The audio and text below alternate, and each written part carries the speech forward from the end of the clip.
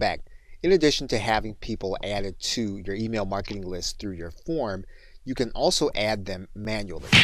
And one of the reasons that you do this is you may have individuals that are already part of an email marketing list from another autoresponder, or you may have met them in person and they've agreed to receive information from you, but you never had them added to a particular autoresponder. What you can do is you can go to this contacts area, and then you can go inside of your list. And then you can go to this button that says Add Contacts.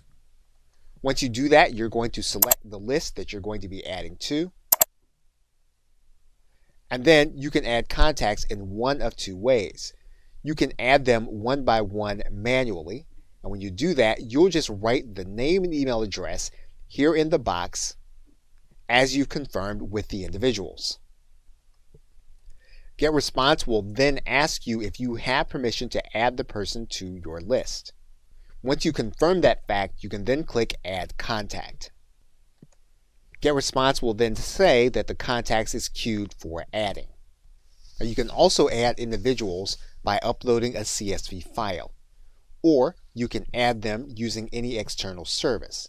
To do that, you're going to click inside of this link, and then you will upload the CSV file through this dialog box.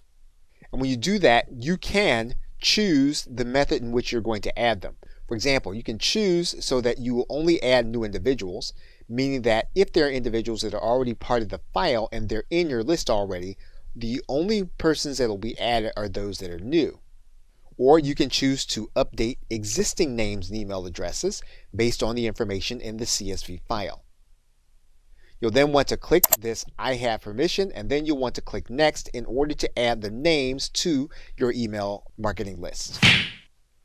Okay, so with that, thanks, and I will see you in another video.